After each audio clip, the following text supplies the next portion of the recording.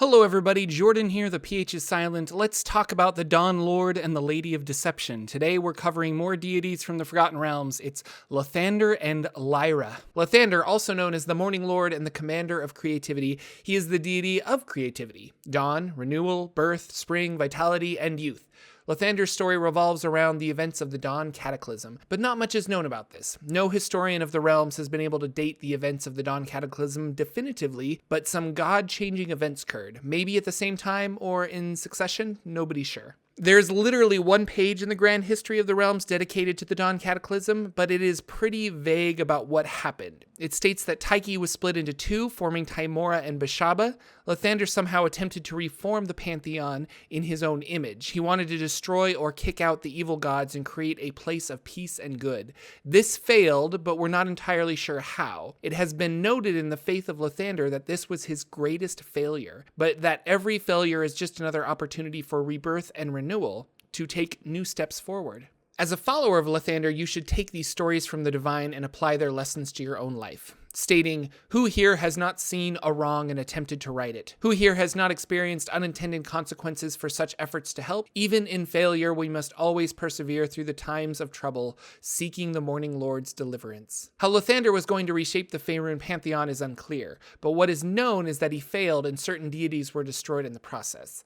Now, something else confusing about Lathander is that he also might be a Mounotaur. I spoke a bit about this in my Mounotaur video, but Lathander disappeared during the time of troubles and the spell plague, replaced by a Mounotaur. His followers shifted their worship as a Mounotaur was suddenly the one answering their prayers. During the Second Sundering, Lathander returned, but it was widely accepted that him and a Mounotaur are two versions of the same deity. However, one is the god of the sun and the other is the god of dawn and creativity. So today in 5th edition, you can either worship a Mounotaur or Lathander, but your spells will come from the same deity. They are separate in that they are different points of view, but in reality the same. Does that make sense? It doesn't make a ton of sense to me either, but I guess that's D&D mythology for you. Lathander manifests his power as an intense rosy radiance surrounding the bodies of those he favors. This is known as Lathander's radiance, and it can also appear around sacred objects. The radiance causes people to be healed from physical wounds as well as diseases and curses. Lathander is neutral good and has followers that are neutral, lawful, and chaotic, but remaining heavily on the good side. Lathander is a very popular god. He is often prayed to at the start of new adventures or beginnings.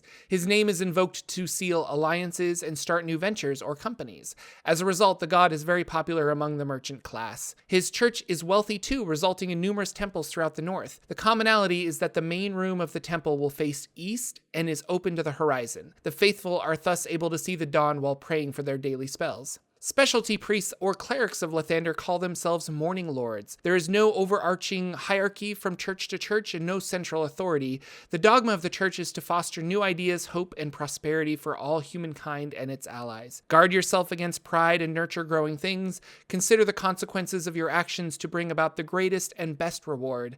His priests attempt to drive out evil, encourage plant growth, and help restore civilizations to their heights it once had. The pursuit of arts and progress is a key defining feature of Lathander.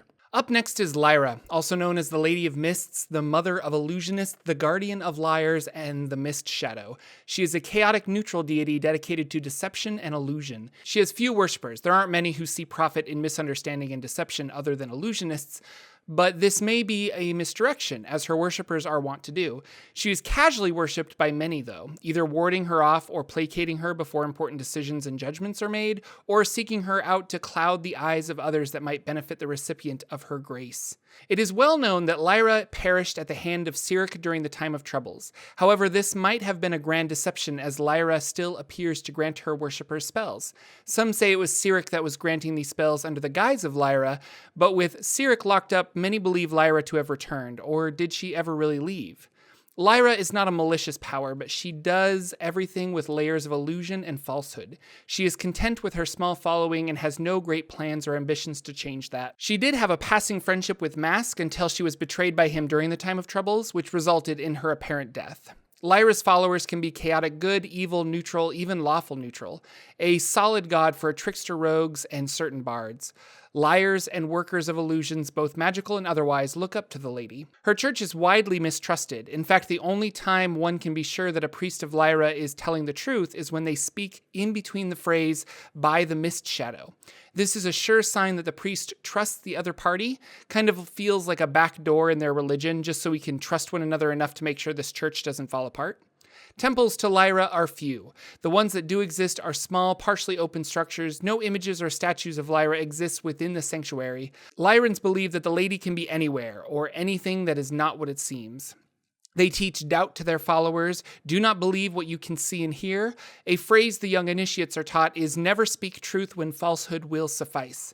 A cleric of Lyra will spread false rumors and will create illusions or falsehoods in return for fees. The trickery domain would be an excellent choice for a 5e cleric of Lyra. Sounds like a fun goddess to worship, honestly, and would make either a super interesting character or super frustrating one at the table. And that's it for today. Lathander and Lyra, very different gods, but fun to research as always. Thanks for watching, everyone. Please hit that like button and subscribe if you aren't. I release new lore videos every Wednesday, as well as other videos here and there throughout the week. Thanks again, and I will see you all in the next video.